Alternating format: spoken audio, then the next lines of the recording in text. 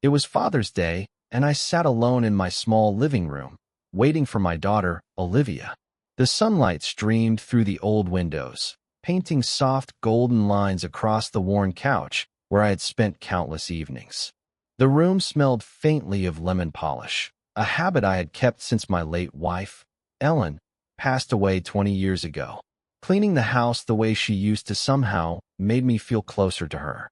On the shelf above the television sat framed photos that told the story of my life. Olivia as a gap-toothed little girl, me holding her hand at the park, her graduation day, where I smiled so wide my cheeks hurt. Every picture reminded me of the years I had devoted to her after Ellen was gone. Every sacrifice, every sleepless night. The clock on the mantel ticked steadily, and each sound echoed inside me, reminding me of the time I had given her, the love I had poured into raising her. Still, despite the quiet disappointments over the years, a flicker of hope burned inside me. She had promised me a Father's Day surprise, and part of me, maybe the foolish part, still wanted to believe she had thought of something special. Finally, the doorbell rang. My heart lifted as I stood and went to answer it. There she was, Olivia. Her auburn hair was pulled back into a neat bun, her expensive coat far too stylish for our modest Chicago neighborhood. Behind her stood her husband, Liam, tall and smug, his shoes shining as if he'd stepped straight out of a magazine. "Happy Father's Day, Daddy," Olivia said. Her voice was sweet, but there was something sharp underneath it, like a knife hidden beneath silk. She held out a small gift bag, the tissue paper crumpled and uneven. It looked like it had been thrown together at the last moment. Her smile was tight, like she was forcing it for a camera she didn't want to pose for. I forced myself to smile back. "Thanks, sweetheart." The bag felt light in my hands, too light. I sat back down on the couch, both of them watching me closely. Olivia's eyes were expectant, and Liam's carried that faint, mocking amusement I had come to know too well. The ticking of the clock grew louder, or maybe it was just the pounding of my own pulse. Slowly, I reached inside the bag and pulled out the gift. A pair of navy blue socks. Ordinary. Cheap. The kind you'd find in a discount store for $15. The price tag still hung from them, swaying like a cruel joke. My chest tightened, but I kept my face calm. "Socks," I said, holding them up. "Practical. Always dreamed of these." Olivia laughed, but it was thin and brittle, like glass about to shatter. "Exactly. Something useful, right? Not like you need anything fancy." She adjusted her scarf, her manicured nails flashing in the light. The movement looked casual, but I could see the message in it. She lived in a world far from mine now. Liam chuckled, leaning against the doorframe. "Yeah, Paul, you're a simple guy. No need for extravagance."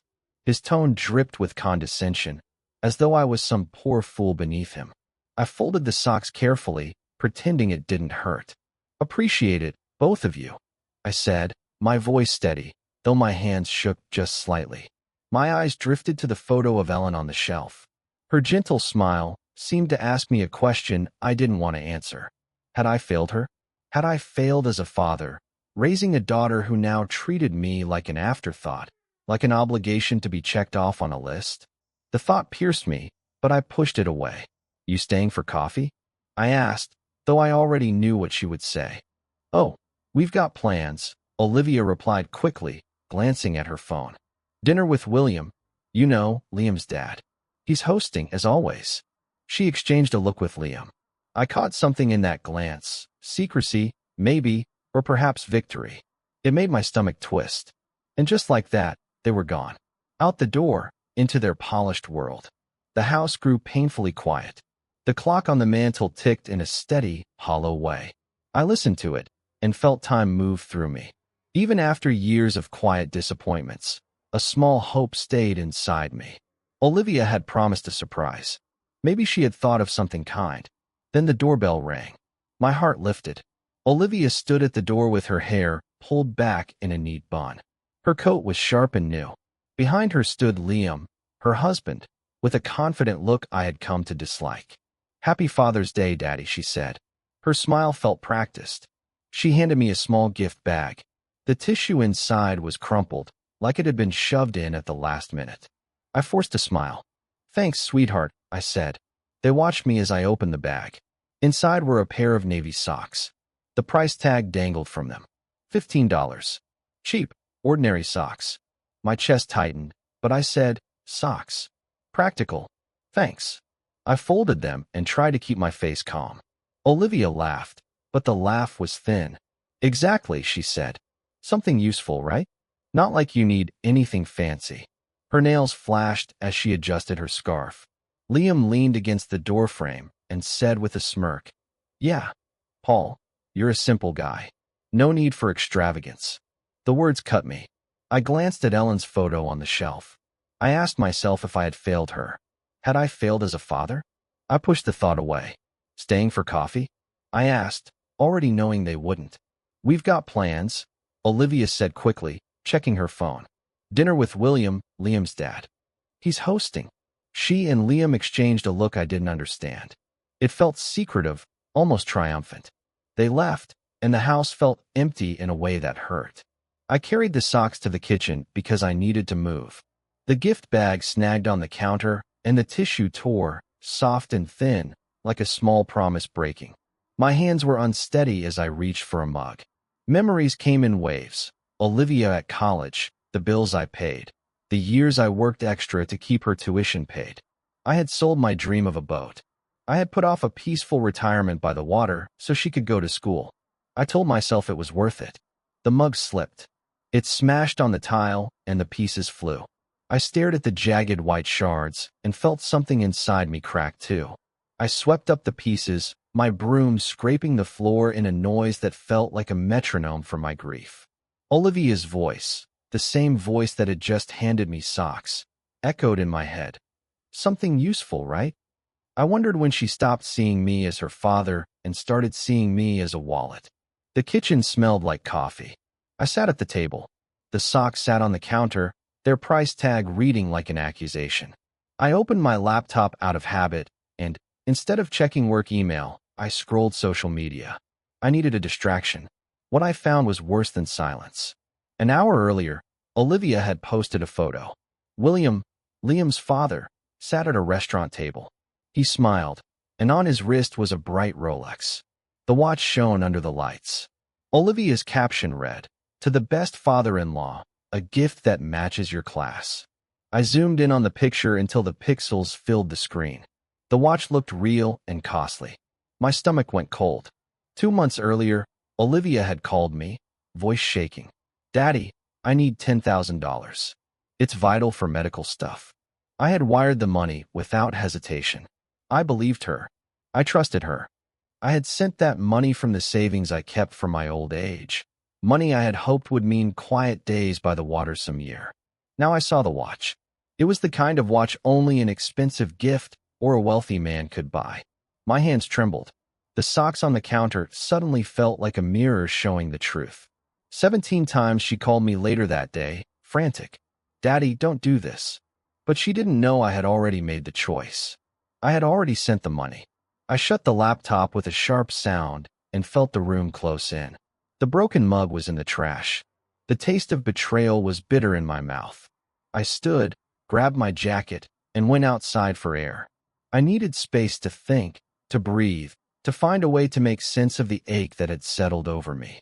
Outside, the sky had turned gray as if it too was tired of brightness. The socks sat alone on the counter inside, the tag still attached, as if someone else had written that price on my heart. I had given everything I could to raise Olivia. I had believed she would carry our love forward. Now I didn't know what I had built or what it had become. I walked down the sidewalk slowly, feeling each step. My hands were still shaking. I thought of Ellen.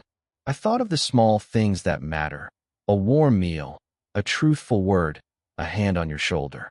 I thought about how soft gratitude can be, and how quickly it can be covered over by ambition or fear. That night, I sat at the kitchen table until the house grew dark. The clock still ticked. I held the navy socks in my hands and felt their thin fabric between my fingers. The price tag looked smaller in the dim light, but the hurt behind it was not. I did not know what I would do next. I only knew that something inside me had changed and that I could not easily go back to the quiet man who accepted things without question. Outside, the suburb looked too perfect. The lawns were trimmed like green carpets, every flower bed bursting with color. Azaleas, petunias, roses, all blooming in neat little rows. From the outside, it was a picture of harmony. But to me, that neatness felt like a mask, a facade. Behind the symmetry was the rot, the hidden mess no one wanted to admit was there.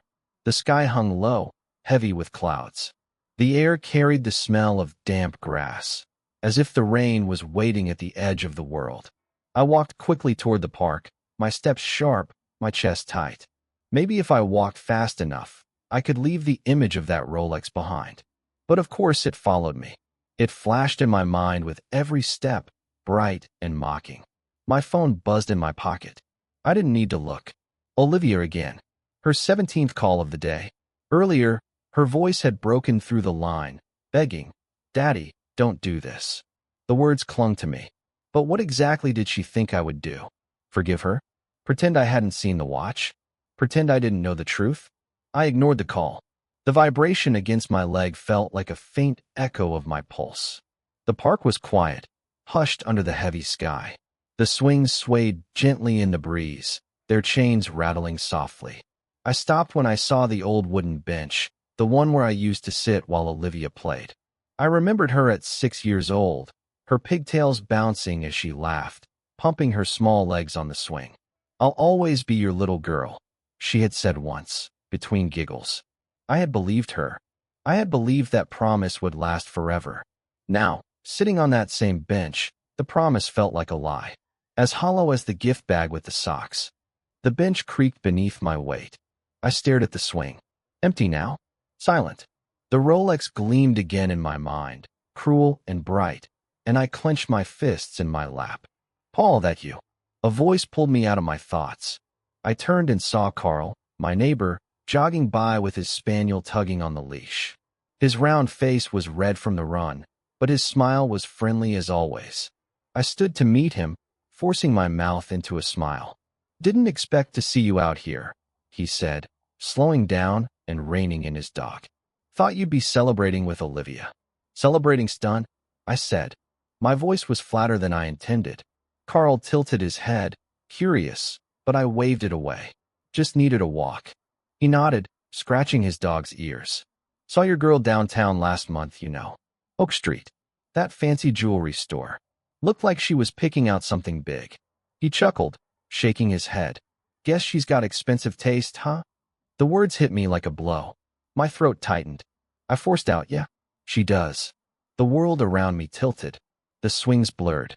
The chains shimmered in my vision like they were melting. Oak Street. The jewelry store. The Rolex. Carl kept talking.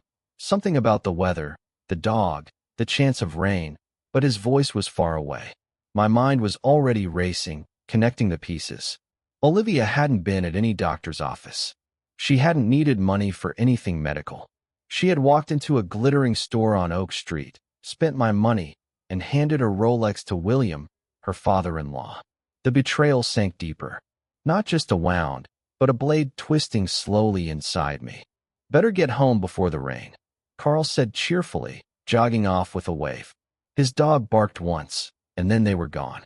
I stood frozen. The first raindrops dotted my jacket. The park suddenly felt smaller. The swing felt like an artifact from a life that was no longer mine. I turned back toward home. My steps were heavier now, each one dragged with the weight of anger settling in me. The raw hurt from before had changed. It was no longer shaking or uncertain. It was becoming something harder, colder, sharper. Back in the kitchen, nothing had changed. The socks still lay on the counter, their price tag dangling, pathetic against the memory of that Rolex. I opened my laptop again. The screen glowed. Olivia's photo of William and the Rolex still stared at me, unchanged, eternal. This time, my hands didn't tremble. They were steady, firm, ready. I clicked into the search bar and typed, "Oak Street Jewelry Store." The website loaded, glossy and bright, full of diamonds and gold. I stared at the screen, my jaw tight. A plan was beginning to take shape in my mind, forming slowly but firmly. A plan sharp enough to cut through the betrayal. The clock in the living room ticked on. It wasn't just time I was losing now. It was something else, something deeper. The illusion of my daughter. And once illusions die, they do not come back. I needed to know if that Rolex was real, if Olivia's betrayal was as bold, as shameless, as it seemed. A part of me still wanted it to be a mistake. Maybe it was fake. Maybe there was another explanation. But the rain tapping against my window said otherwise. The steady beat on the glass felt like a heartbeat I couldn't ignore. There was no going back now. By the next morning, yesterday's shock had hardened into something colder, something relentless. I slid the printed photo of William's wrist into my jacket pocket. The caption Olivia had written still burned in my mind. A gift that matches your class. The drive into the city was silent, but for the rhythmic scrape of the wipers across my windshield. The streets blurred past, wet and gray. My hands clamped onto the wheel until my knuckles turned pale. The Chicago skyline rose through the drizzle, its towers of glass and steel indifferent to the storm inside me. I parked near Oak Street, the air sharp with the smell of wet pavement and faint perfume drifting from the boutiques. Women in heels hurried past, bags swinging from their arms, their laughter light and careless. I felt heavier with each step I took toward the glowing sign of the jewelry store. Inside, the world changed. The store was a cathedral of wealth. Polished marble gleamed underfoot.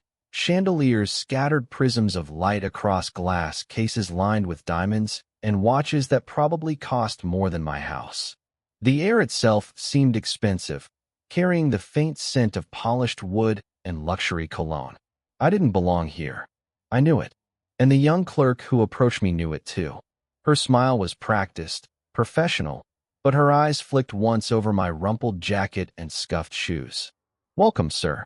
Looking for something special today?" she asked, her voice smooth. I swallowed hard. Olivia hadn't belonged here either, not really. But she had walked these floors, bold as anything, while spending the money I'd worked decades to save. "I need information," I said. My voice came out steady, though my heart hammered in my chest. I pulled the folded printout from my pocket and smoothed it across the glass. The Rolex gleamed in the photo. William's wrist. My money. This watch. Was it purchased here? Her eyes flickered, and my stomach lurched. Recognition. She hesitated. "Let me check with our jeweler," she said softly, then scooped up the printout and slipped behind a velvet curtain. The store pressed in on me. The silence was too perfect, heavy, broken only by the faint tick of a display clock on the wall. That sound again. Always the sound of time. Always mocking me. My phone buzzed in my pocket. Olivia again. Straight to voicemail. Her voice from the night before rang in my ears. "Daddy, please. Please just talk to me." I hadn't answered. I couldn't. Not until I knew the truth. The curtain parted. A man emerged, older, bald, in a tailored suit. The manager, clearly. He carried himself with careful caution. "I'm Mr. Kessler," he said, handing the paper back to me. "This is a Rolex Daytona. Yes, we sold one like it in March." The word struck me like a blow. My throat tightened, but I forced my gaze to stay steady. "It was a gift," I said, my voice low. "I just need to confirm it was purchased here." "And who bought it?" I reached into my jacket again and slid a folded piece of paper across the counter. My credit card statement. The $10,000 charge circled in red. My proof. My blood. "This is my account," I said. My hand didn't tremble, though I felt like I was unraveling inside. "Was it used for the purchase?" Kessler glanced at the paper, then tapped at a tablet on the counter. His face shifted, the smallest flicker of understanding passing over it.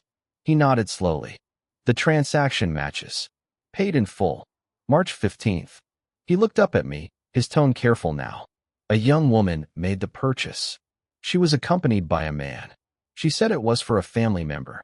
The room tilted. My pulse roared in my ears. Each word fell like a hammer. Olivia. Liam. My money. The watch was real. Was it real? I asked anyway, my voice a growl I could barely control. Kessler's eyes narrowed, but he answered without hesitation. "Absolutely.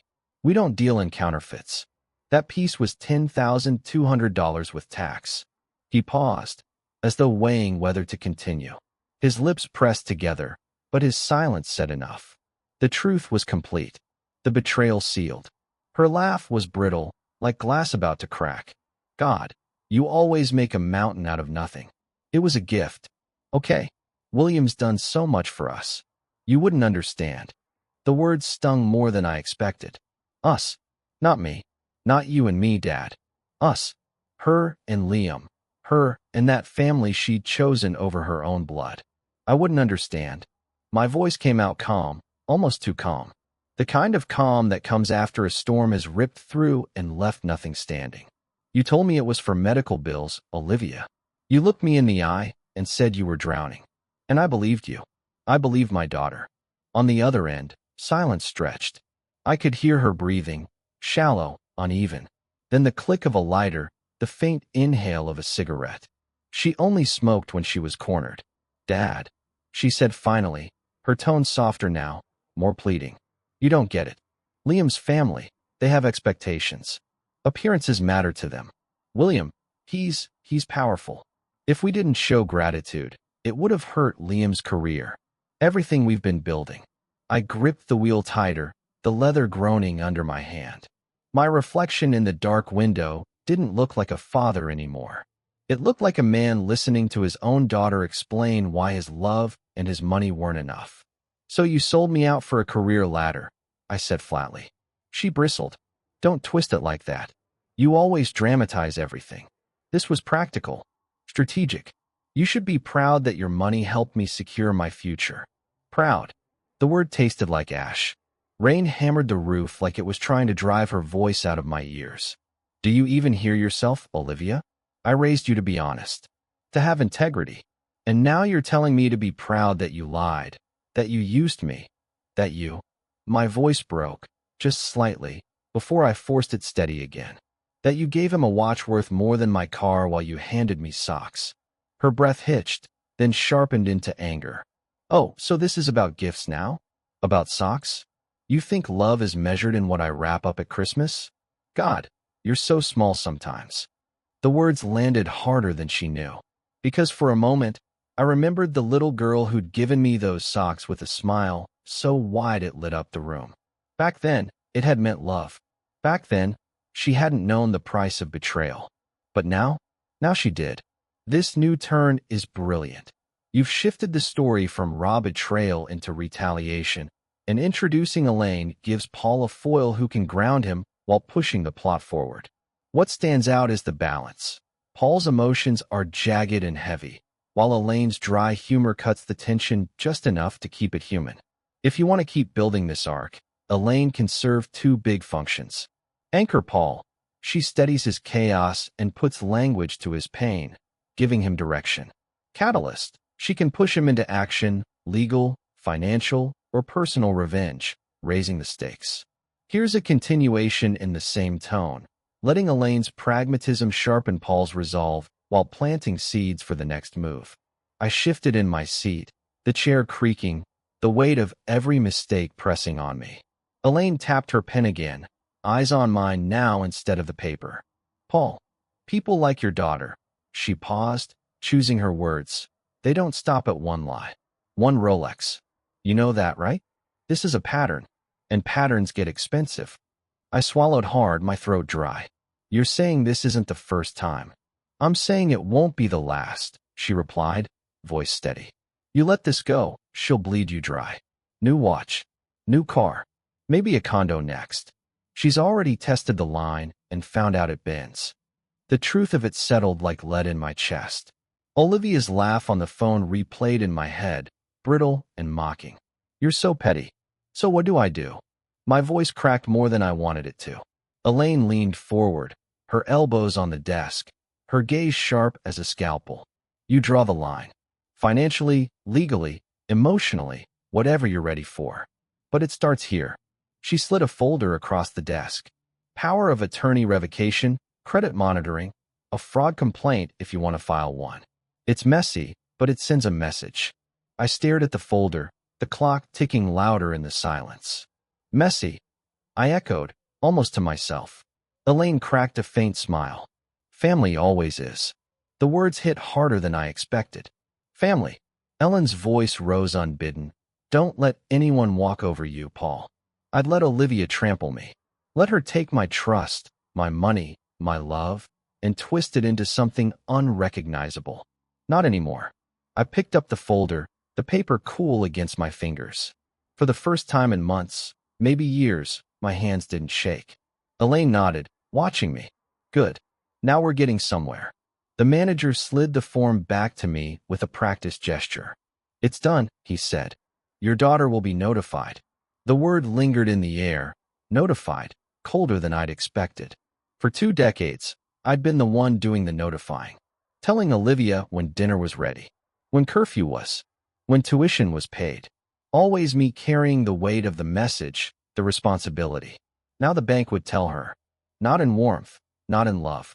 In bureaucracy. In finality. I pictured her reaction. The text she'd fire off. The voice, sharp, accusatory. Daddy, how could you? She'd twist it, like always, until the wound felt like mine. But this time, the wound was hers. I folded the receipt into my jacket pocket, my fingers brushing against the crumpled Rolex printout still there. Proof of betrayal, proof of resolve. When I stepped back outside, the May sun hit me like a spotlight. For the first time in years, I wasn't a man weighed down by what I'd given up. I was a man who had drawn a line. And Olivia, my daughter, my betrayer, was about to find out exactly where that line was. She would find out soon enough. Appreciate it, I told the manager as I slid the form back across the counter. My hands didn't shake. On the outside I was calm, but inside I felt a strange mix of triumph and ache. Cutting off Amelia's card wasn't only about money. It was about taking back my dignity, piece by piece, from the daughter who had trampled it. The glass doors of the bank hissed shut behind me, and the bright Chicago sun hit my eyes. The light bounced off the parked cars, almost blinding, but I didn't mind. I was awake in a way I hadn't been in years. I drove a few blocks to a small cafe where I was supposed to meet Elaine. The place buzzed with lunchtime chatter, mothers with strollers, students hunched over laptops, businessmen talking too loudly on their phones. The smell of fresh coffee and baked bread wrapped around me as I slid into the booth across from her. Elaine was already there. Her laptop sat open, a half-eaten scone pushed to the side of the plate. She looked up as I sat down, one eyebrow raised. Well, she asked, did you pull the plug? Signed and done, I said, a faint smile tugging at my lips. She's cut off. The words felt solid. Final, like the sound of a heavy door clicking shut. Elaine leaned back, a grin tugging at her mouth. Bet she'll love that more than those socks she gave you. Her humor was sharp, but her eyes showed something else, respect. Your daughter's about to find out what a practical gift really means, she said. Then she tapped at her laptop. I'm pulling records now. We might find more of her little shopping trips. Are you ready for what we uncover? I took a sip of my coffee, the bitterness a mirror to my own mood. I need to know everything, I said. A memory flickered. Amelia on her wedding day, smiling as I gave her access to my card. I told myself it would help her start strong. I thought it was an act of love. Now I saw it for what it was, a leash she had tied around my neck. On the cafe wall, an old clock hung above the counter. Its hands were frozen at 11:43, broken. It felt like a witness to this moment. Time had been slipping away from me for years. But now it wasn't slipping. I was stopping it, taking it back. Elaine went over the next steps, tracking Amelia's spending, gathering evidence, building a case. Her confidence steadied me, and for the first time in days, I didn't feel like a man drowning. I felt like someone who was finally climbing out of the water. You're doing this for you, Paul, Elaine said, her voice softer now. Not just to punish her. Remember that. I met her gaze. She wasn't just my attorney. She was the first person in years who made me feel like I still had worth. My phone buzzed, breaking the moment. Amelia's name flashed on the screen. Another call. I let it ring. The cafe's noise swallowed the sound. When it finally stopped, a voicemail appeared. I pressed play. Her voice came through sharp and furious. Daddy, what the hell did you do? My cards declined. Fix this now. Her anger was raw, stripped of charm, stripped of excuses. It wasn't the polished voice of the woman she presented to the world. It was the scream of a cornered child. I set the phone down. The cup of coffee was warm in my hands. Elaine raised an eyebrow at me, but I only gave a thin smile. The clock in my mind ticked on, steady and relentless, counting down to her next move and mine. That evening, my house was quiet.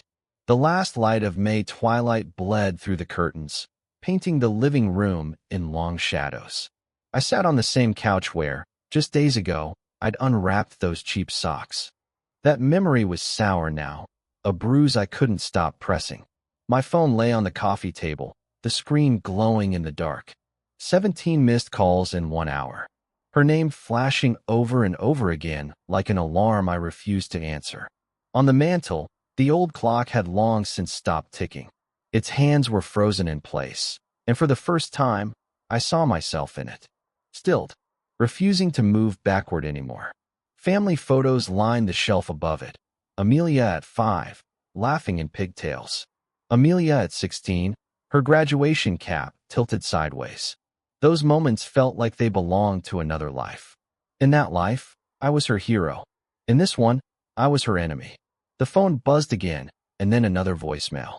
I braced myself and pressed play. Her voice filled the room, jagged, shrill, and dripping with rage. "Daddy, what the hell?" My cards declined. The sound of it didn't break me. It hardened me. "Fix this, or I swear we're done." Her words cut through the silence like a knife. Done. As if I was the one who had lied. As if I was the one who had spent $10,000 on a Rolex for William while she tossed me a pair of socks worth 15. I couldn't sit still. I stood and walked into the kitchen. The faint scent of lemon polish still lingered there, a habit I had kept long after Ellen was gone. My hands shook as I filled the kettle, but my mind was steady. Hard. Cold. Strengthened by betrayal. The phone buzzed again. Another call. This time, I answered. "Amelia," I said, my voice low, flat. "Stop calling." "Stop calling?" she snapped. Her tone was a blend of disbelief and fury. "You cut me off, Daddy.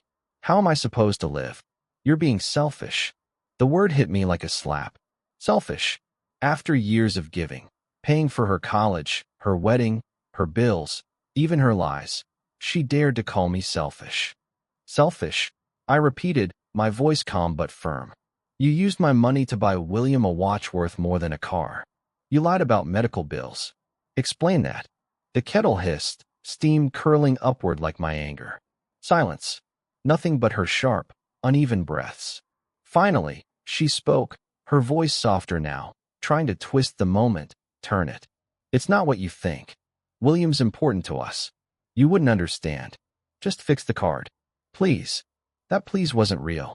It was calculated. A child's plea in a woman's voice. "No," I said. Just one word. Final and immovable. "You made your choices. Live with them." And then I ended the call. My heart pounded, but my resolve held. Moments later, the phone buzzed again. A voicemail this time. Her voice hissed through the speaker, venomous. "You'll regret this. Liam won't let this slide." Liam, her spineless husband, always lurking in her shadow. And now what? A threat? I set the phone down and let the silence fill the room. Darkness pressed against the windows. My eyes drifted to the old brass clock on the mantel. It hadn't ticked in years. I touched it, the metal cold against my fingers. A memory surfaced. Amelia at 10 years old, running into my arms after a fight with her friends, her tears soaking my shirt. I had been her safe place then. Now I was her obstacle. The kettle shrieked, high and sharp, like her voice. I poured the tea, but didn't drink. Steam clouded my view of her photo on the shelf. That girl, the one with tears in her eyes, didn't exist anymore. And I wasn't the father who forgave endlessly. My phone lit up again, but this time it wasn't Amelia. It was a text from Elaine. "Police station tomorrow. 8 a.m. Amelia and Liam filed a complaint. I've got your back." My stomach dropped. A complaint. The room seemed smaller, the shadows deeper. The clock's silence mocked me. But I straightened my back. Whatever Amelia was throwing at me, I would face it. The fight was just beginning. The police station smelled of burnt coffee and ink. The fluorescent lights buzzed overhead like trapped insects. I sat in a cramped office, the chair digging into my back. On the desk lay a manila folder, Amelia's complaint spread open like evidence of some crime. Officer Daniels, a big man with heavy hands and a permanent scowl, flipped through the papers. His eyes flicked up at me as if I were already guilty. Elaine sat beside me, her blazer sharp, her posture straight. She didn't waver, didn't shrink. She was a shield, steady and unbreakable. Outside the window, the Chicago morning pressed down in gray clouds. Heavy, suffocating. It matched the weight inside my chest. Amelia and Liam had struck back. Their claim? Financial abuse. For cutting off their access to my money. The audacity of it burned through me. But when I felt my resolve waver, I turned toward Elaine. Her steady gaze anchored me. Daniels cleared his throat. His voice was rough. "Mr. Thompson," Officer Daniels said, his voice flat but edged with suspicion. "Your daughter and son-in-law claim you've restricted their access to family funds, causing them hardship. Care to explain?" The word hardship made my jaw clench. His tone suggested I was already guilty. My fingers tightened around the pen in my hand until the cheap plastic edges bit into my palm. "Family funds," I said, forcing my voice to stay calm, but letting the steel slip through. "It's my money. They spent $10,000 of it on a Rolex for William. I blocked their access to stop the theft." The word hung in the air. Theft. Heavy. True. Daniels raised an eyebrow and scribbled something in his notebook. Elaine leaned forward, her voice sharp and clear, slicing through the room like glass. "Officer, my client has every right to protect his assets. His daughter, Amelia, misrepresented expenses, using his card for unauthorized purchases. We have bank statements, receipts, and confirmation from the jeweler." She slid a folder across the desk. The movement was precise, deliberate, like a blade being placed on the table. "This isn't abuse," she said. "It's self-defense." Daniels opened the folder, flipping through the pages, his frown deepening as he scanned. "This says the purchase was for a Rolex." He looked up at me, his skepticism now shifting, probing. "You're saying she lied about the purpose?" "Exactly," I said, meeting his gaze without flinching. "She told me it was for medical bills." "It wasn't." A memory surged, unbidden. Liam in my living room years ago, shaking my hand, promising he would take care of Amelia. His smile had been too slick, too polished. I hadn't trusted it then, but I ignored the warning. Now his name sat beside hers on the complaint, his signature scrawled like a coward's, hiding behind her venom. Elaine's hand brushed my arm, subtle, grounding me. "Officer," she continued, her tone now cool steel, "this complaint is retaliatory. Mr. Thompson acted fully within his rights. If anything, we are considering fraud charges against Amelia and her husband." Daniels leaned back in his chair. His skepticism shifted again, no longer bearing down so heavily on me. "We'll review this," he said, closing the folder with a soft thud. "But I'll need statements from both parties." He stood, signaling the meeting was over. For the first time since we sat down, the room felt larger, the pressure easing slightly from my chest. Elaine gathered her papers with the calm precision of someone who had already won half the battle. In her car, the air was warmer, carrying the faint scent of leather and mint gum, a relief after the stale coffee and ink of the station. Elaine started the engine. Her modern wristwatch caught the light, gleaming with quiet assurance. It stood in contrast to my old, broken one at home, its hands frozen forever. A reminder of the past. Hers looked forward. Mine refused to move. "They're desperate," she said, glancing at me with the faintest smirk. "Filing a complaint like that? That's a weak move. We've got them on the ropes." I nodded slowly, staring out at the gray Chicago streets rolling past the window. "Liam's name on that complaint," I muttered. Didn't expect him to step up. Always thought he'd let her fight her battles. The betrayal stung more than I wanted to admit. "He's scared," Elaine said simply. "They both are. That's why they're pushing back. But we're not done." She paused, then added, Ever thought about your will, Paul? Might be time to rewrite some things. Her words were soft, almost casual, but they landed like a weight in my chest. A seed planted. Final. I pulled out my notebook, the one already filled with Amelia's lies and receipts of betrayal, and wrote one word across the page. Will. The pen felt heavy in my hand. Each stroke was a step towards something inevitable, something permanent. The city blurred past my window as I rode with Elaine. I wondered how far Amelia would go to keep her grip on me, to manipulate and control what was mine. Elaine's watch ticked softly on her wrist, a quiet reminder that time was mine now, that I had the power to reclaim it. The notary's office was a small oasis of calm in the busy hum of Chicago midday. The air smelled faintly of aged paper and polished wood. I sat at a heavy oak table, a stack of papers in front of me, each page a step toward reclaiming my life, each line a brick in the wall I was building against Amelia's greed. Elaine hovered nearby, checking every clause with practiced precision. Her calm presence steadied me. Sunlight poured through tall windows, warming the room, but my hands were cold as I gripped the pen. Rewriting my will, cutting Amelia out, felt like a knife to my chest, yet also a key to freedom I hadn't allowed myself in years. The clock in my mind ticked steadily, no longer mocking me, but urging me forward. The notary, a soft-spoken woman with silver hair and gentle eyes, adjusted her glasses. Mr. Thompson, this new will designate your estate to a trust with Miss Carter as executor.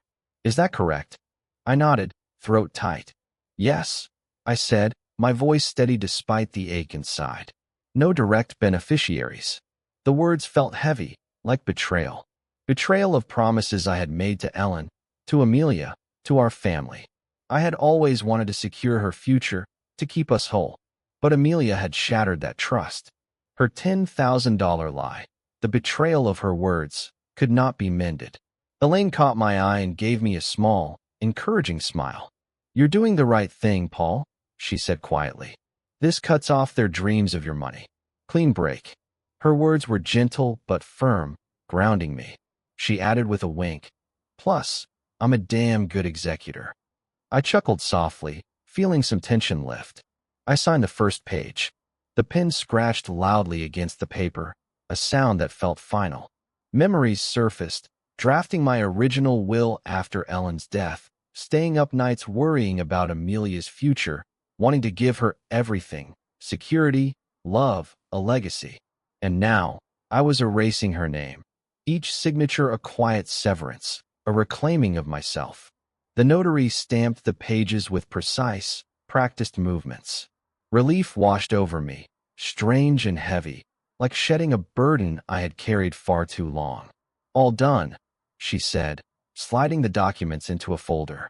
Copies will be filed by the end of the day. I thanked her quietly and followed Elaine out into the spring air.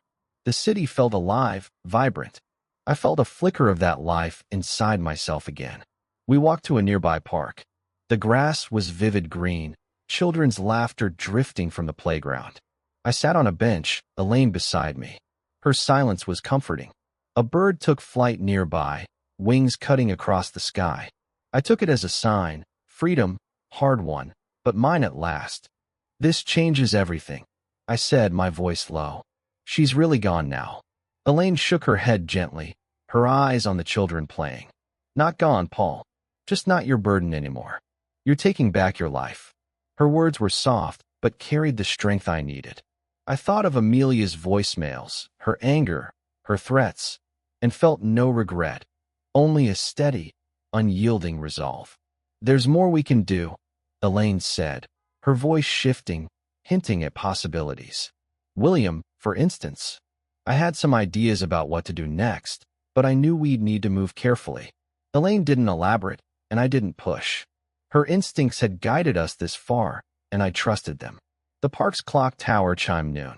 Its clear, steady sound reminded me that time moved forward, not backward. My phone buzzed, pulling me back to reality. William's name flashed on the screen. A call, not a text. Paul, we need to talk, his voice said in the voicemail, gruff but urgent. Meet me at my office tomorrow, 10 a.m. I stared at the phone. The bird I had watched fly earlier was now a distant speck, gone from view, just like my patience for lies and deception. My mind ticked louder with anticipation, counting down to answers I wasn't sure I was ready to hear. The next day, the sunset painted the Chicago skyline in shades of amber and rose, its glow doing little to soften the cold elegance of William's mansion.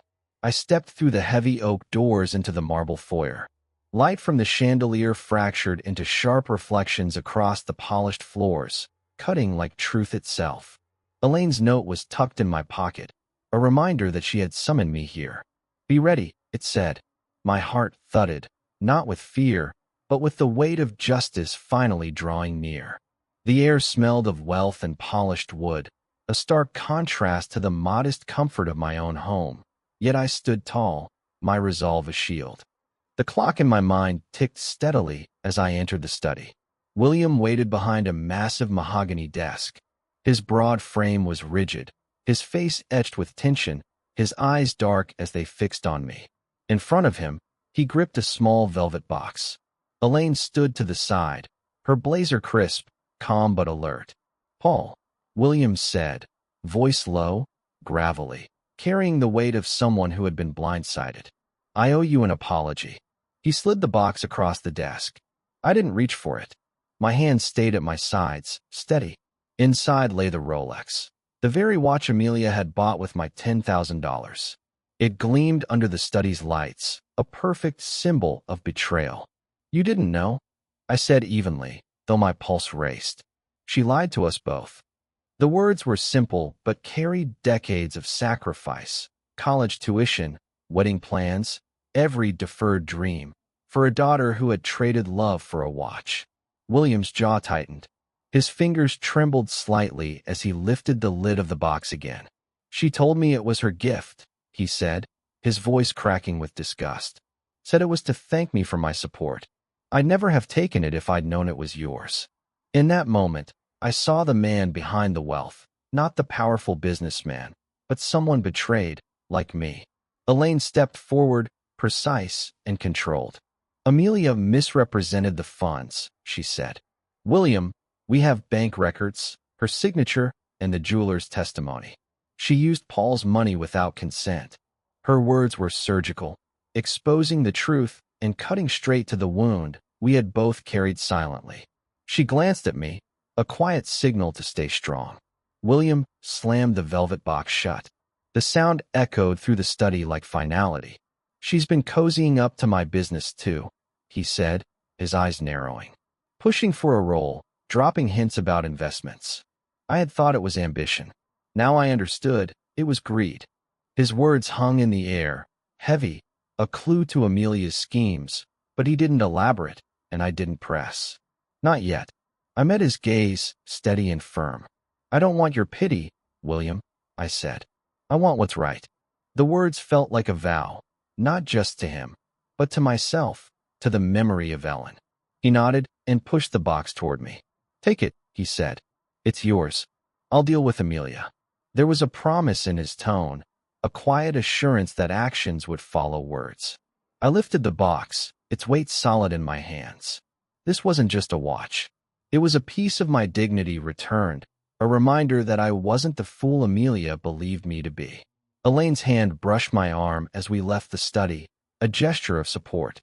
Outside, the evening air was cool, the city's distant hum softened by the shadows of dusk. In my car, I opened the box.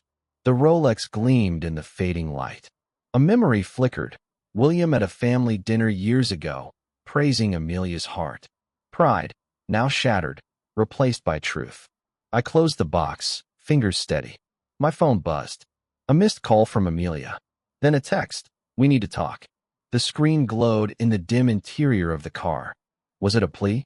Or a trap? I set the phone down and started the engine. The clock in my mind ticked steadily, marking time until her next move. The next morning, sunlight washed over the porch of my Chicago suburban home. Dew clung to the petals of the Elias, trembling in the breeze. I stood at the door, hand on the knob, listening to the familiar creak of the floorboards beneath me. Amelia's text from last night still lingered in my mind, but I hadn't expected her to appear in person, not like this. She stood on the porch with Liam. Her auburn hair hung loose, framing a face streaked with red-rimmed eyes. Her usual poise was fraying, worn thin like an old thread. Liam slouched beside her, gaze fixed on the ground, hands stuffed into his pockets. The sight of them, stripped of their usual smugness, stirred no pity in me, only quiet strength. The clock in my mind ticked steadily, marking the end of their hold over me. I opened the door wider but stayed on the threshold, arms crossed. "What do you want?" My voice was calm, unyielding, a far cry from the father who had once melted at her tears. The porch smelled of fresh earth, the flowers a quiet reminder of the life I had built without her lies. Amelia's lips trembled. Her voice broke as she said, "Daddy, please. We're sorry. We messed up." She clutched her purse, nails digging into the leather like a nervous tick I hadn't seen since her teenage years. "The watch, the money, it was a mistake. Let us make it right." Her eyes searched mine, desperate, but beneath the hope, I could see the calculation, the old sense that she believed I might cave. I didn't move. I didn't speak. The porch was quiet except for the soft morning breeze and the ticking of the clock in my mind. For the first time in years, I realized something simple, but powerful. The decisions I made now weren't for anyone else. They were for me. Liam cleared his throat, his voice weak and uncertain. "Yeah, Paul, we didn't mean to hurt you," he said. He glanced at Amelia as if waiting for her to take the lead. His cowardice was clear as ever. I remembered him at their wedding, promising to stand by her, his words now hollow. I stepped onto the porch, the wood creaking under my weight, and leaned against the railing. "A mistake," I said, my tone sharp but controlled. "You spent $10,000 of my money on a watch for William. You lied about medical bills. You filed a police complaint. That's not a mistake. That's a choice." My words were deliberate, heavy with the weight of everything I had endured. Amelia's tears fell freely, but they didn't move me. "We've lost everything," she whispered, voice cracking. "William's furious. He cut us off. Please, Daddy, we need you." Her plea hinted at deeper consequences. Her plans with William's business, perhaps, but she didn't explain, and I didn't care to ask. I straightened, my gaze steady. "You made your choices. Live with them." The words echoed in the air, a mantra I repeated in my mind. A memory flashed. Amelia at 7, pressing a crayon-drawn card into my hands, her smile pure and unguarded. That girl was gone, replaced by someone I barely recognized, a stranger begging for absolution I couldn't give. Liam shifted, mumbling, "We'll do anything, Paul. Just name it."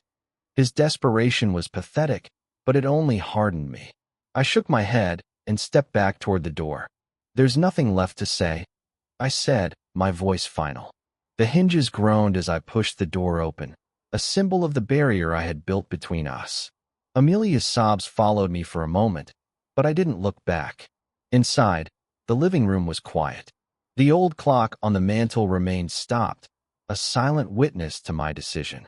I closed the door fully, the latch clicking shut, and leaned against it. My breath was steady, my mind clear.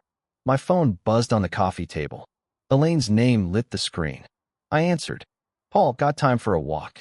"Park, noon." "We need to talk about the final step," she said, her voice carrying promise and a hint of mischief. I glanced at the closed door, the porch now empty, and felt the clock in my mind ticking toward a future I was finally ready to claim. The park was alive with late May vibrancy. The air smelled of blooming lilacs and freshly cut grass. Children laughed on swings and ran along the gravel paths, their voices light and free. I walked beside Elaine, the gravel crunching under our steps, the sun warming my face. In my pocket was a check from the jeweler who had bought back the Rolex, $9,800 after fees, a sum I had already decided to give away. The weight of Amelia's betrayal, once a stone in my chest, had lifted, replaced by a quiet freedom I hadn't felt in years. Elaine nudged my shoulder, a small grin on her face. You could have bought a yacht with that money, Paul. Or at least a fancy watch for yourself. Her tone was teasing, but there was pride in her smile.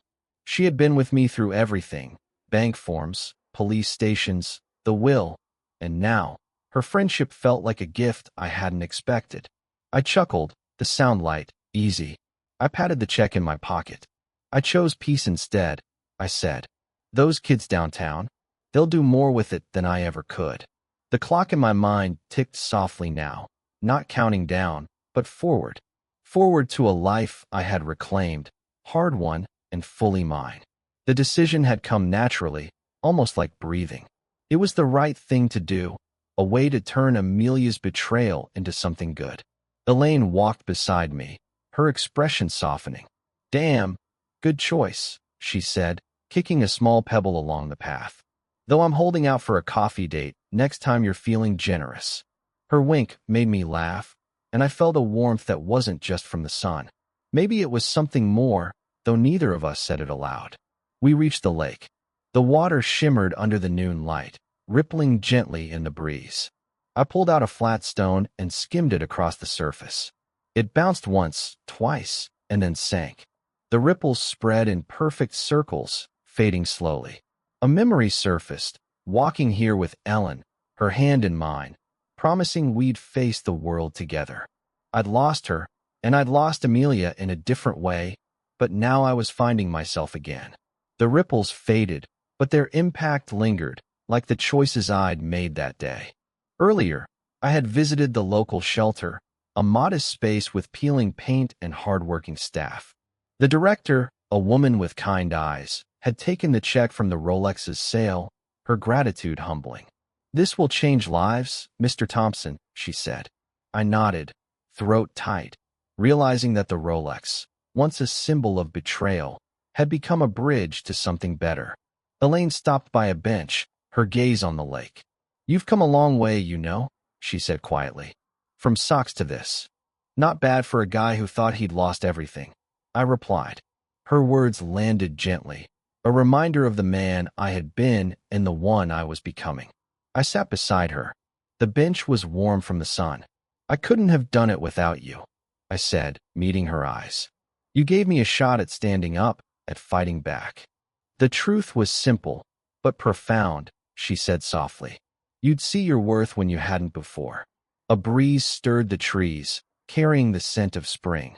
I felt Ellen's presence, as if she were approving from somewhere unseen. Elaine grinned, brushing a strand of hair from her face. "Stick with me, Paul," she said. "I've got a new project. Community fund. Maybe I could use a guy with your heart." Her offer was vague, a door left ajar, and I liked it. The promise of a future unwritten, waiting for me to step through. I tossed another stone across the lake, watching the ripples spread outward. The park hummed with life, children laughing on swings, birds calling in the trees. I was part of it now, no longer bound by Amelia's lies or my own doubts. Elaine stood and offered her hand. I took it, her touch warm and steady. We walked on together, her laughter mingling with the breeze. And for the first time in a long while, I felt ready. The clock in my mind ticked softly now, not counting down, but forward. A steady rhythm of hope, guiding me into the life I had earned, one that was finally my own.